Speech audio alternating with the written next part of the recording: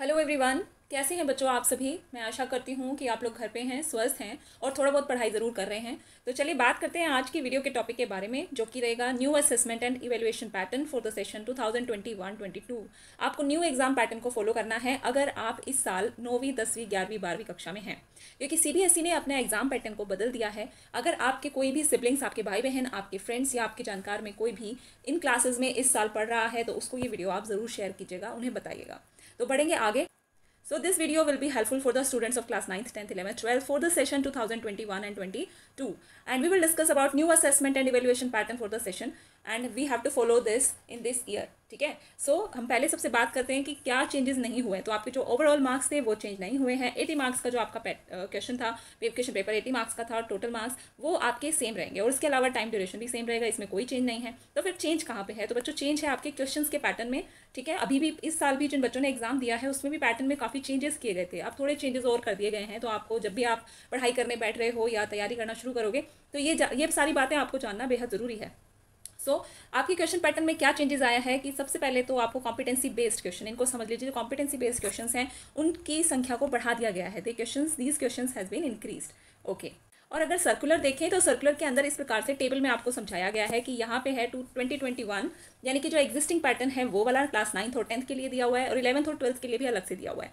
और इसके बाद दूसरे कॉलम में दिया हुआ है कि जो अब नया पैटर्न रहेगा, यानी कि जो मॉडिफाइड पैटर्न नई क्लास के लिए जो पैटर्न रहेगा, इसमें बात करोगे तो ऑब्जेक्टिव टाइप क्वेश्चन जो थे वो 20% थे। अब भी कॉम्पिटेंसी बेस्ड क्वेश्चन जो है वो 30% कर दिए गए हैं। इसके अलावा केस बेस्ड क्वेश्चन जो थे वो 20% ही थे, अभी भी 20% ही रहेंगे ऑब्जेक्टिव क्वेश्चन जो रहते हैं आपके। इसके अलावा बच्चों शॉर्ट आंसर और लॉन्ग आंसर जो है ना वो 60% है। ठीक है, आपके अभी एग्जिस्टिंग वाले पैटर्न में, लेकिन अब उनको हमने उसको डिक्रीज कर दिया गया है, वो 50% रहेगा उसका वैल्यू। अब आगे देखते हैं, इसको समझने की कोशिश करेंगे। 11th और 12th के लिए देखिए, उसमें भी यही पैटर्न चेंज है कि ऑब्जेक्टिव टाइप क्वेश्चंस जो हैं वो 20% हुआ करते थे, वो भी 20% ही रहेंगे। इसके अलावा जो 10% केस बेस्ड क्वेश्चंस थे और 70% जो short answer and long answer question जो 70% होता था उसको आप 60% कर दिया गया है। ठीक है, मैं इस सर्कुलर को आपको टेलीग्राम ग्रुप पर शेयर कर दूंगी, आप पूरे को पढ़ सकते हैं। चलिए अच्छे से समझने की कोशिश करते हैं इसको। तो हम 9th और 10th की बात करें तो टोटल मार्क्स का पेपर होता है आपका 80 मार्क्स का। इसके अलावा इसमें आप समझो कि आपका 40 मार्क्स, अब 50-50 हो गया है। तो इसका मतलब क्या हुआ कि आपका 40 मार्क्स का जो पेपर होगा वो होगा बच्चों ऑब्जेक्टिव और 40 मार्क्स का पेपर होगा सब्जेक्टिव। ठीक, अब 40 मार्क्स का ऑब्जेक्टिव पेपर और सब्जेक्टिव पेपर इनको समझने की कोशिश करोगे तो भैया 40 मार्क्स में तो आपके एमसीक्यू हैं, सोर्स बेस्ड हैं, केस बेस्ड क्वेश्चन जो होते थे, असर्शन रीजन क्वेश्चन जो होते थे, तो ये सब है। उसके अलावा 40 मार्क्स के सब्जेक्टिव पार्ट में आप देखोगे तो शॉर्ट आंसर क्वेश्चन हैं और लॉन्ग आंसर क्वेश्चन जो है वो सब्जेक्टिव पार्ट में आएंगे। तो हम समझ गए कि जो 40 और 40 जो हमारे पार्ट्स हैं इनको मिला के टोटल हो गए हमारे 80 मार्क्स। यानी कि पैटर्न में समझ में आ गया होगा आपको कि 50% ऑब्जेक्टिव रहेगा और 50% या 4% की बात हो रही है, ये सब्जेक्टिव रहेगा। यानी कि 80 का हाफ कर दीजिए, 40 + 40 मार्क्स आपके ऑब्जेक्टिव और सब्जेक्टिव रहेंगे।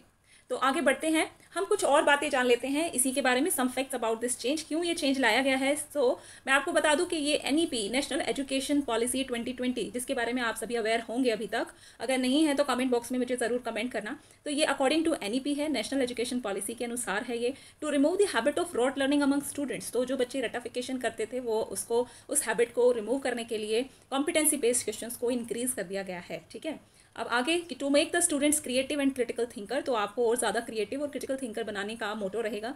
और मेन इंपॉर्टेंट बात यह है कि पहले असेसमेंट ऑफ लर्निंग जो था, previously it was assessment of learning and now it will be assessment for learning. And so आप सभी को मेरा सजेशन है कि इस पैटर्न को आप फोकस करिए अपनी तैयारी शुरू करते वक्त, अपनी पढ़ाई शुरू करते वक्त। क्लास 9th और 10th के साइंस एग्जाम की अगर बात करें, साइंस के पेपर के लिए, तो बच्चों देखो उसके अंदर आपका टोटल 80 मार्क्स का पेपर था। ठीक, और न्यू पैटर्न की बात करते हैं, पुराने की नहीं। अब न्यू पैटर्न जो है उसमें 80 मार्क्स में से आपको देखने को मिलेंगे 24 मार्क्स के एमसीक्यू पहले तो। ठीक है, और उसके अलावा 16 मार्क्स के आपको केस स्टडी बेस्ड, यानी कि जो आपके पैराग्राफ पे क्वेश्चंस होते थे या असर्शन रीजन है, तो इस प्रकार के क्वेश्चन, ये सारा एमसीक्यू पार्ट हो गया, टोटल 40 हो गया ये। इसके अलावा बच्चों आपके शॉर्ट आंसर यानी कि ऐसे और एलए यानी कि लॉन्ग आंसर, तो ये वाले जो क्वेश्चंस हैं वो बाकी के 40 मार्क्स ले लेंगे। तो इस प्रकार से आपका होता है टोटल 80 मार्क्स का पेपर।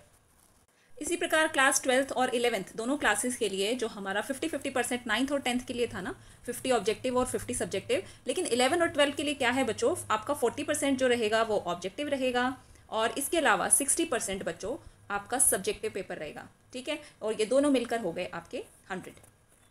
और मार्क्स की बात करें तो 40% ऑब्जेक्टिव यानी कि 32 मार्क्स का ऑब्जेक्टिव क्वेश्चन होंगे और 60% यानी कि 48% का बच्चों आपका सब्जेक्टिव पेपर रहेगा।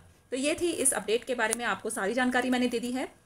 सो पढ़ते रहिए और इस पैटर्न को भी ध्यान रखिएगा। मिलते हैं आपसे नेक्स्ट वीडियो में। तब तक के लिए आप मुझे फॉलो कर सकते हैं इंस्टाग्राम, फेसबुक या टेलीग्राम पर भी।